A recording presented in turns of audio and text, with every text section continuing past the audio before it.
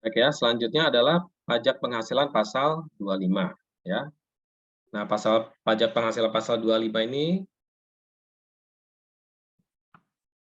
ya, ini juga, jumlah yang bisa dikurangkan nanti ya dari, penghasilan, kena pajak ya, wajib pajak baik orang pribadi maupun badan di, akhir tahun ya. Nah, apa dimaksud dengan pasal 25 ya, PPh pasal 25 ini adalah mengatur tentang penghitungan besarnya, angsuran pajak, ya ini ya, penghitungan besarnya angsuran pajak dalam tahun berjalan yang harus dibayar sendiri oleh wajib pajak, gitu ya. Jadi kalau sebelumnya PPh 21, 22, 23, sampai 24, ya itu adalah boleh dikreditkan, ya, itu berasal dari, eee, pemotongan pajak dari pihak yang melakukan transaksi dengan wajib pajak. Ya, dengan kita, misalnya kita wajib pajak, kita melakukan transaksi, berarti pihak lain yang memotong, jumlah yang dipotong nanti bisa dikreditkan. Nah, tapi kalau PPh pasal 25 ini adalah jumlah yang dibayar sendiri oleh wajib pajak. Nah, ini adalah PPh pasal 25. Ya, jadi, jumlahnya kita bayar sendiri, gitu, ada kewajibannya ya setiap bulan. Oke ya, itu adalah PPh pasal 25. Nah, kenapa ada PPh pasal 25 yang dibayar sendiri? Ya, mungkin kalau di, sebelumnya ya di pelajaran pengantar perpajakan ya, di, pertemuan awal ya, itu sempat, sudah disampaikan ya bahwa, eee, pe pajak penghasilan itu sebenarnya terutangnya adalah di akhir periode ya, atau di akhir, tahun pajak gitu. Jadi kalau misalnya kita dapat penghasilan bulan Januari, Februari, sebenarnya terutangnya baru nanti nih setelah Desember lewat, gitu ya. Jadi setelah Desember, bukan di Januari.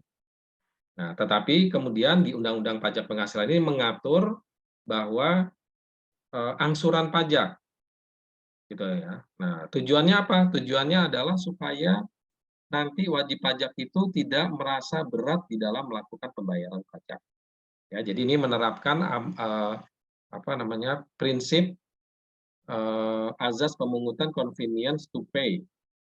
Ya, atau pemungutan pajak secara fiktif, ya, perkiraan, gitu ya. Jadi sama dengan pembayaran pajak di muka, gitu ya. Nah, kira-kira pajak bilang, tahun lalu Anda bayar pajak 120 juta, gitu ya.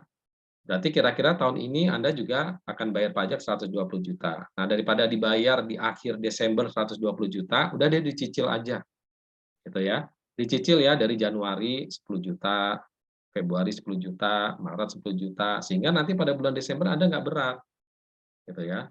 Nah, selain itu juga membayar pajak yang paling enak kapan sih? Pada saat penghasilannya diterima, gitu ya. Januari kan Anda terima penghasilan, bayar dulu pajaknya, nyicil.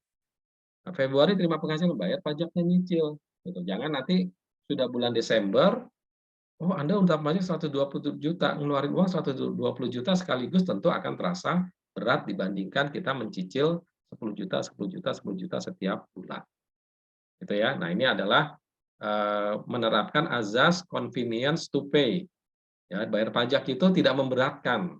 Ya, makanya kemudian Undang-Undang Pajak Penghasilan mewajibkan ya, PPh pasal 25 ini untuk dibayar diangsur setiap bulan, ya. Jadi dia dapat meringankan wajib pajak dalam membayar kewajiban pajak di akhir tahun. Jadi nggak numpuk di akhir tahun nanti, ya. Yang ketiga, negara diuntungkan dengan adanya pemasukan kas bulanan untuk pembiayaan negara, gitu ya. Jadi tidak, nanti negara mau mengeluarkan penghasilan nunggu bulan Desember, bulan apa, gitu ya. Jadi, eee, ada cash flow ya, cash flow bulanan bagi keuangan negara. Dari sisi wajib pajak, ya angsuran tersebut merupakan kewajiban yang memiliki konsekuensi sanksi. Jadi kalau tidak dilaksanakan ya kena sanksi.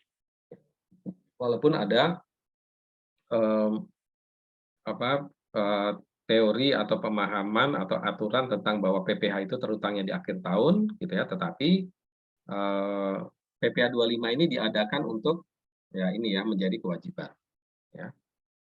Kemudian angsuran PPh 25 merupakan kredit pajak terhadap PPh terutang. Nah, ya, duitnya nanti bisa di diperhitungkan ya oleh diperhitungkan terhadap kewajiban pajak berutang nanti di akhir tahun. Ya, jadi misalnya tadi 120 juta, perkiraannya 120 juta, disuruhlah bayar 10 juta, 10 juta, 10 juta. Ternyata realnya 125 juta, ya udah Anda tinggal kurang bayar lagi yang 5 juta, gitu ya. Oh ternyata jadi artinya yang 10 juta sampai 12 bulan 120 juta itu merupakan kredit pajak terhadap PPh terutang.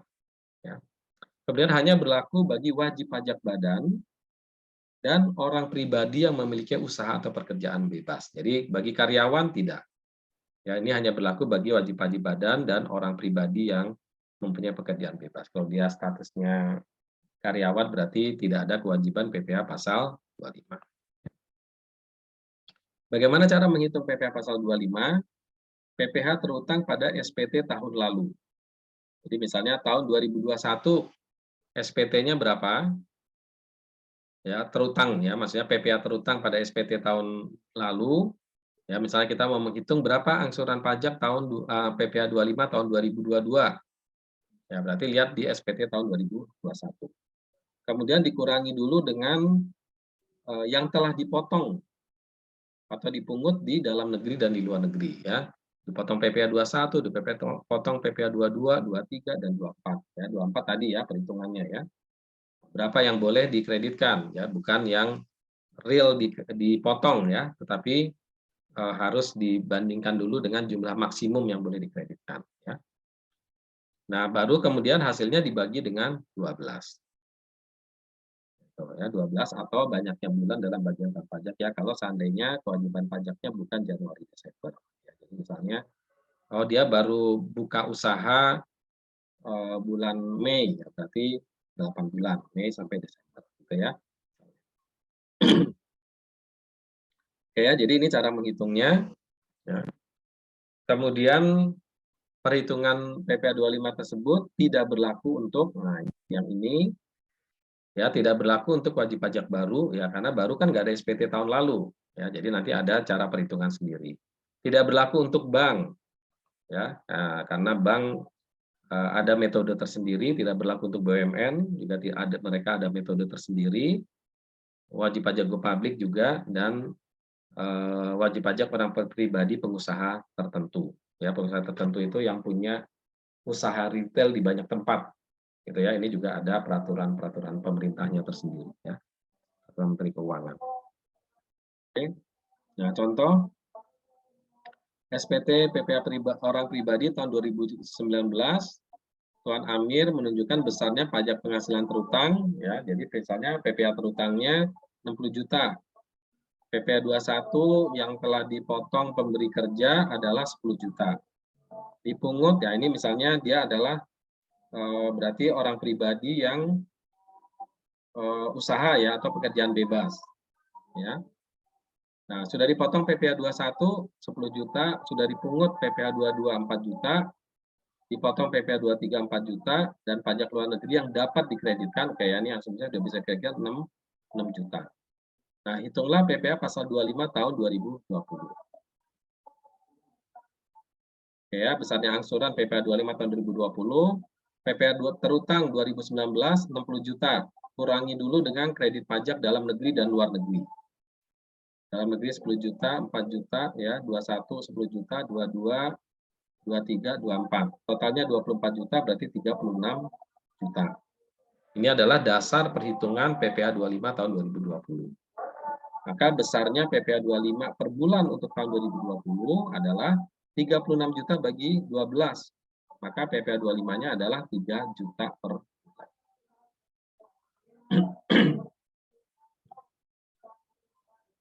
Ya, PPh 25-nya adalah 3 juta per bulan.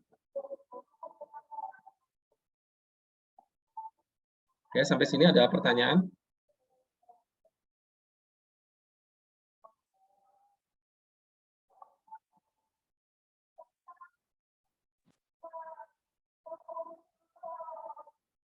Oke ya, jadi intinya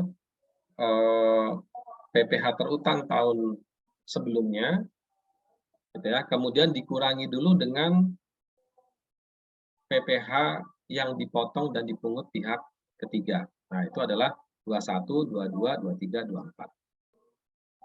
Yang 25 udah dibayar nggak termasuk, karena kan 25 yang mau dihitung. Ya, yang 25 jangan dimasukin. Gitu. Ini hanya untuk menghitung PPh 25, ya, bukan untuk menghitung kekurangan bayar pajak. Ya, karena 25 yang akan dihitung adalah yang 25. Nah, sekarang bagaimana kalau PPh pasal, oke ya, ini normal ya. Ya, normalnya seperti ini, dipahami dulu mekanismenya gitu ya. Nah, masalahnya banyak yang normal gitu ya. Nah, ini ya, misalnya PPh 25 dalam hal tertentu. Misalnya ada kompensasi kerugian. Nah, gitu kan ya, ada kompensasi kerugian. Ada penghasilan tidak teratur. Ya, penghasilan tidak teratur itu dia cuma terima sekali pada tahun ini. Tahun depan dia nggak ada lagi penghasilan itu. Nah, gitu ya. Nah, sehingga itu harus adjust ya, harus disesuaikan. Nah, itu jangan dimasukin dong, karena kan tahun depan saya nggak dapat.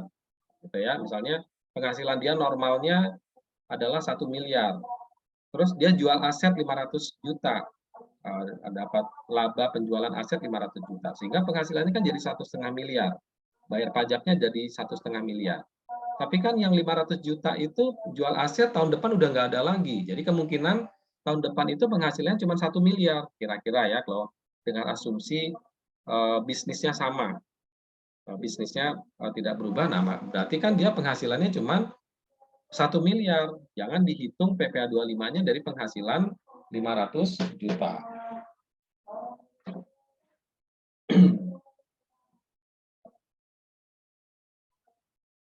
Oke ya. Nah, jadi ini jadi itu berarti harus ada yang perlu disesuaikan. Gitu ya. Jadi ada hal-hal yang perlu disesuaikan. Kompensasi kerugian juga gitu. Tahun lalu ada kompensasi kerugian. Gitu ya. Jadi misalnya saya laba 1 miliar, ada kompensasi kerugian 200 juta. Berarti pajak tahun 2021 misalnya hanya dihitung 800 juta. Padahal tahun berikutnya kompensasi kerugian udah nggak ada. Berarti harusnya dihitung dari yang 1 miliar. Nah, gitu ya. Gampang ini ya, logikanya dulu ya, logikanya gampang. Gitu ya. Jadi harus dinormalkan dulu semuanya. Gitu ya. Kemudian ada yang sebelum batas waktu penyampaian SPT atau perpanjangan SPT. Gitu ya. Ini juga karena misalnya kan ini berdasarkan SPT tahun lalu. SPT tahun lalunya masuk bulan apa? Bulan Maret. Yang pribadi bulan April yang yang badan. Nah, berarti Januari Februarinya gitu ya. Berapa bayarnya? Karena SPT tahun lalunya belum dihitung. Nah, gitu ya. Maka Januari, Februari, Maret itu jumlahnya berapa? Gitu ya. Nah, itu kemudian ada pembetulan. Kemudian terjadi perubahan keadaan usaha, misalnya seperti kemarin ada COVID, gitu kan ya. Oh, bisnis saya tahun lalu penghasilan 1 miliar, sekarang ada COVID, kemungkinan cuma 200 miliar. Nah, harus disesuaikan PPh pasal 25-nya. Gitu ya, itu boleh, gitu ya, boleh disesuaikan. Terjadi kelebihan bayar, kemudian ada penerbitan SKP. Oke ya, kita nanti lihat. Perhitungan PPh pasal 21 untuk bidang usaha tertentu bagi wajib pajak baru dan wajib pajak orang pribadi pengusaha tertentu itu tarifnya paling tinggi 75% dari peredaran bruto. Ya, ini pengusaha tertentu ya. Itu 0,75% dari peredaran bruto. Jadi dia tidak mengikuti cara ini, ya, mengikuti cara ini. Wajib pajak baru juga tidak mengikuti cara ini. Ini apa nih? Nah, ini terjadi kompensasi kerugian. Penghasilan yang dipakai dasar perhitungan angsuran PPh 25 adalah penghasilan tahun 2019 setelah dikurangi dengan sisa kerugian yang masih dapat dikompensasi ke tahun pajak berikutnya.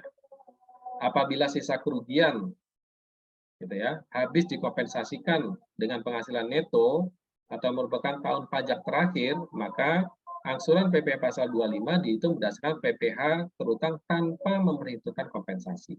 Itu tadi ya. Jadi kalau misalnya sekarang nih tahun 2021 punya penghasilan 1 miliar, kemudian ada kompensasi kerugian 200 juta, berarti penghasilan kena pajaknya kan 800, penghasilan itunya 800 juta.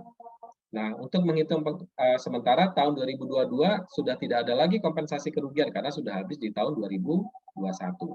Nah, maka yang menjadi dasar PPh 25 bukan 800 juta, tetapi adalah 1 miliar. Jadi jangan dikurangi dengan kompensasi kerugian. Ya, di-adjust dulu. Ya.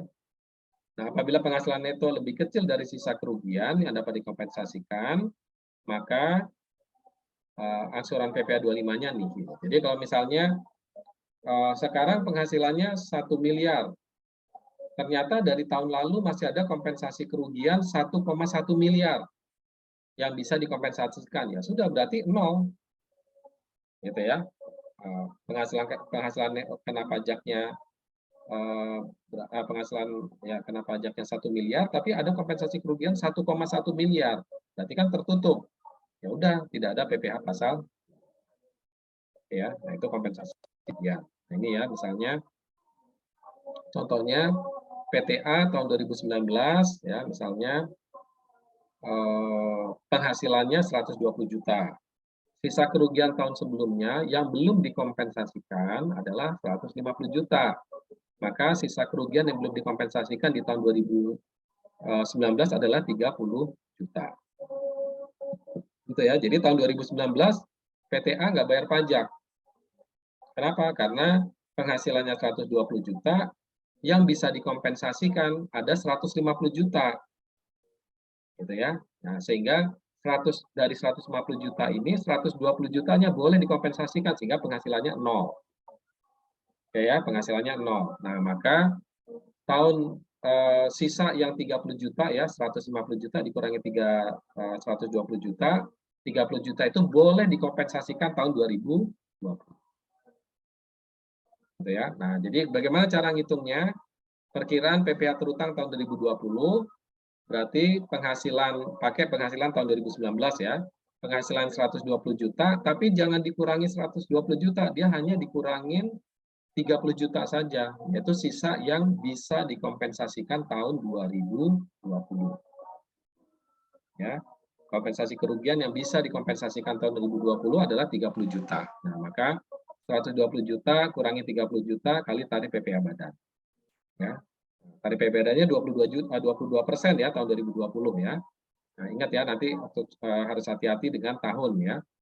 Nah, berarti 90 juta kali 22%, maka PPh 25-nya adalah 19.800.000 dibagi 12. 1.650.000.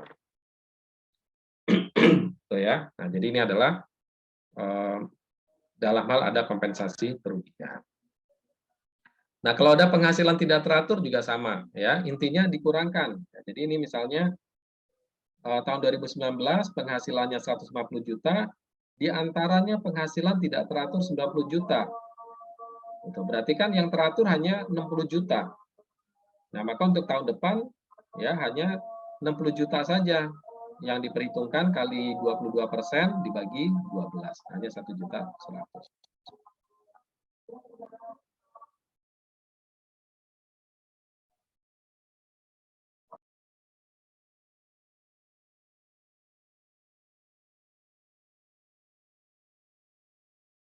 Ya, selanjutnya adalah bagaimana ya angsuran PPh 25 dalam hal ya, sebelum batas waktu penyampaian SPT atau perpanjangan SPT.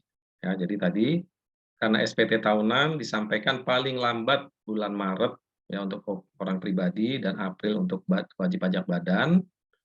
Ya, di tahun pajak berikutnya, maka angsuran PPh 25 adalah sama dengan jumlah angsuran PPh 25 bulan terakhir tahun pajak sebelumnya. Ya, jadi kalau misalnya kita PPh pasal 25 tahun 2022, berarti kan berdasarkan SPT tahun 2021. Nah, sementara SPT 2021 itu baru dilaporkan bulan April ya tahun 2022. Nah, maka Januari, Februari, dan Maret tahun 2022 itu jumlah PPh 25-nya berapa? Gitu ya.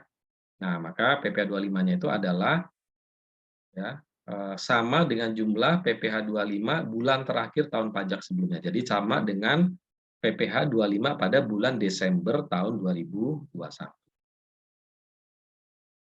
Gitu ya. Nah, jadi udah ikutin aja dengan PPh 25 di Desember 2021 ya, Januari, Februari, Maret sampai dia masukin SPT. Ya, kalaupun dia terlambat misalnya apabila SPT disampaikan lewat batas waktu, angsuran PPh 25 adalah sama dengan jumlah angsuran PPh 25 bulan terakhir tahun pajak sebelumnya dan bersifat sementara ya. Jadi maksudnya sama dengan bulan Desember. Misalnya terlambat nih baru disampaikan bulan Juli misalnya. Nah, maka April, Mei, Juni yaitu sama dengan bulan Desember tahun 2021, tapi sifatnya sementara. Ketika nanti SPT-nya masuk, ya, jadi bila wajib pajak kemudian menyampaikan SPT, maka PPh pasal 25-nya dihitung kembali dan berlaku surut mulai batas waktu penyampaian SPT. Nah, jadi yang April, Mei, Juni itu yang sudah terlanjur dibayar sama dengan bulan Desember tahun 2021 harus direvisi. Ya, revisi sesuai dengan SPT yang masuk di bulan Juli. Ya, SPT tahun 2021 yang masuk di bulan Juli. Ya, jadi hanya yang melewati batas waktu saja ya. Tapi kalau yang tidak melewati batas waktu ini Januari, Februari, Maret yaitu tidak dilakukan perubahan. Ya, tidak bersifat sementara ya. Kalau ini sudah pasti. Tapi kalau misalnya dia masukin SPT-nya di bulan Januari, maka angsuran bulan Januari harus langsung sama dengan SPT. Gitu ya. Nah, karena intinya kan SPT ya, SPT terakhir ya. Baik ya, ini berkaitan dengan jangka waktu penyampaian SPT. Kemudian apabila terdapat SKP ya, surat ketetapan pajak kurang bayar misalnya, maka PPh 25-nya dihitung berdasarkan SKP tersebut. Ya, surat ketetapan pajak misalnya kurang bayar sehingga PPh 25-nya bertambah ya. Nah, maka ya sesuai dengan SKP yang terbaru mulai sejak diterbitkannya SKP tersebut. Jadi misalnya SKP terbit bulan Desember, maka angsuran Desember yang dibayar pada maksimum Januari tanggal 15 ya harus dibayar sesuai dengan nilai SKP yang baru. Ya, jadi bulan pada masa diterbitkannya SKP. Karena kan SKP terbit bulan Desember. Nah, PPh pasal 25 bulan Desember itu maksimum dibayar tanggal 15 bulan berikutnya. Gitu ya, jadi bukan bulan yang bersangkutan ya. Sama ketika kita memasukkan SPT maksimum tanggal 30 April. Nah, maka angsuran PPh pasal 25 bulan April itu kan maksimum dibayar tanggal 15 Mei. Ya, itu sesuai dengan SPT yang dimasukkan pada tanggal 30 April. Oke, kemudian bagaimana apabila terjadi penurunan usaha wajib pajak? Ya, jadi tadi ya yang bisnisnya saya bisa menghasilkan 1 miliar, penghasilannya 1 miliar, ternyata COVID turun penghasilannya tinggal 300 juta misalnya gitu. Nah, ini bagaimana? Ya, maka sesudah 3 bulan atau lebih berjalannya tahun pajak, jadi harus dilihat 3 bulan dulu, Januari, Februari, Maret, bagaimana usahanya. Wajib pajak dapat menunjukkan bahwa PPh yang akan terutang kurang dari 75% dari PPh yang terutang yang menjadi dasar perhitungan PPh 25. Ya, jadi intinya kalau saya kemarin 1 miliar, misalnya usahanya itu bayar pajak PPh 25-nya katakanlah 25 juta, misalnya gitu. Ya, misalnya 25 juta gitu, atau 10 juta misalnya. Nah, kemudian usahanya berkurang, turun gitu ya. Kita bisa membuktikan PPh-nya kurang dari 75%. Berarti kurang dari 75% dari 10 juta tadi.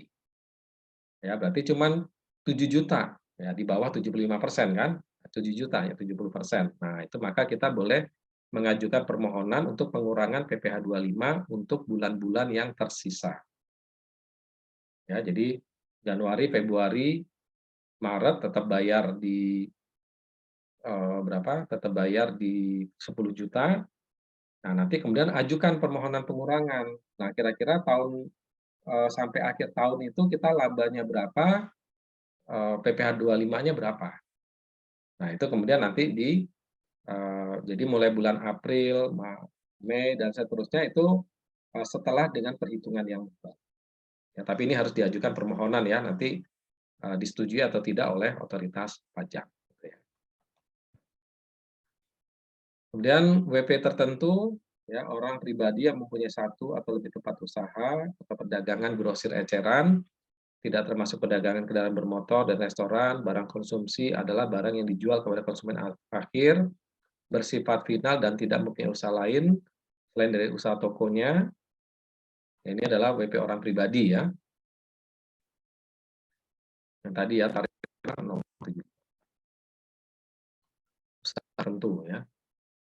Kemudian kalau terdapat pembayaran zakat ya dikurangi aja gitu ya. Angsuran PPh dihitung dari penghasilan setelah dikurangkan dengan zakat yang dibayarkan. Ya, kurangi zakat aja.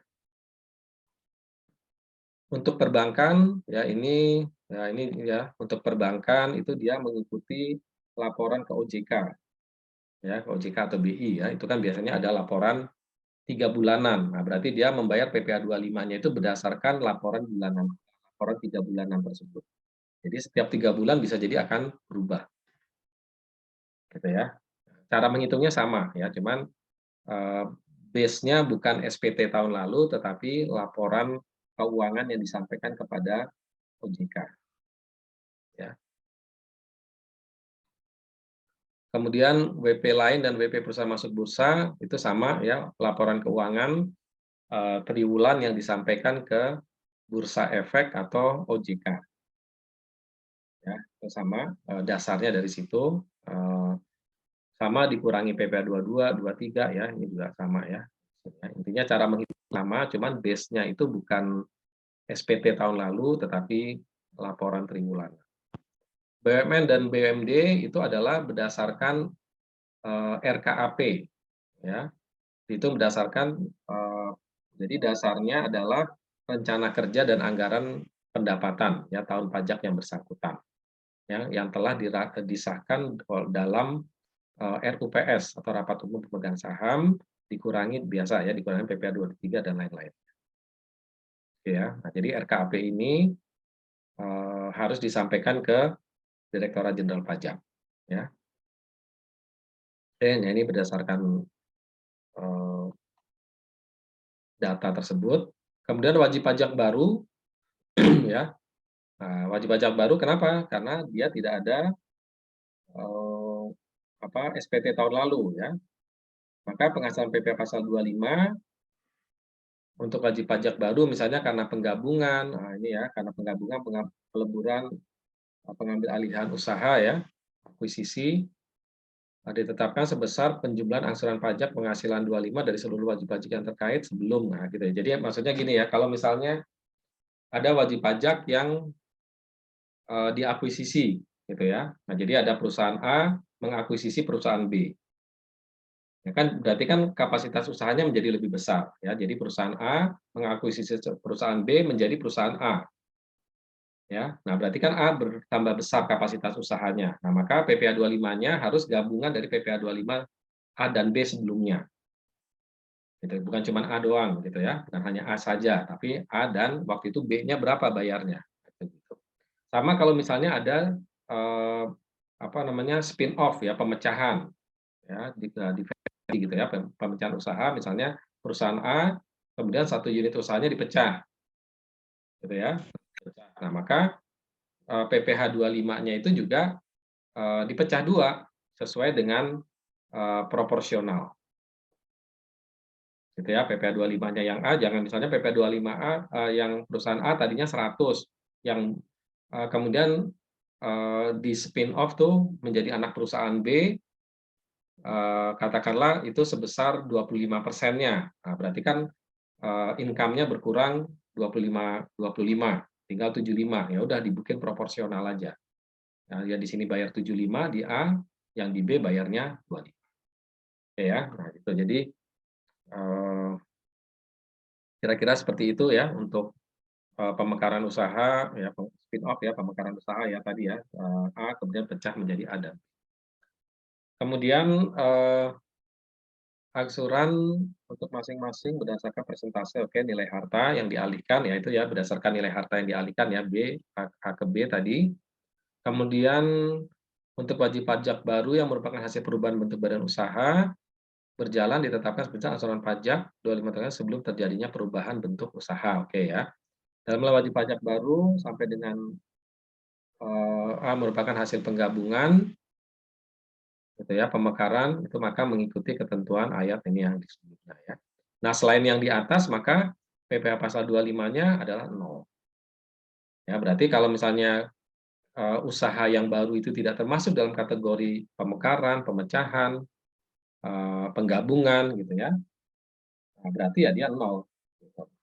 Jadi kita baru buka usaha, ya udah nggak usah bayar PPh 25 dulu, nanti aja kita lihat dulu usahanya berapa membayar pajaknya, baru nanti PPh 25 di tahun berikutnya.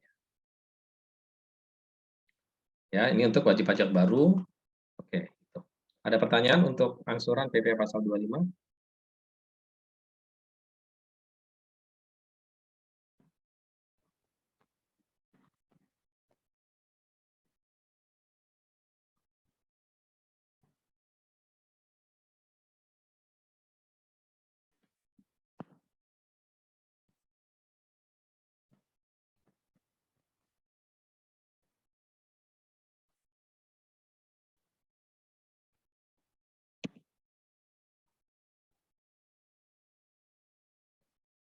Oke, kalau nggak ada kita ke PPh final ya.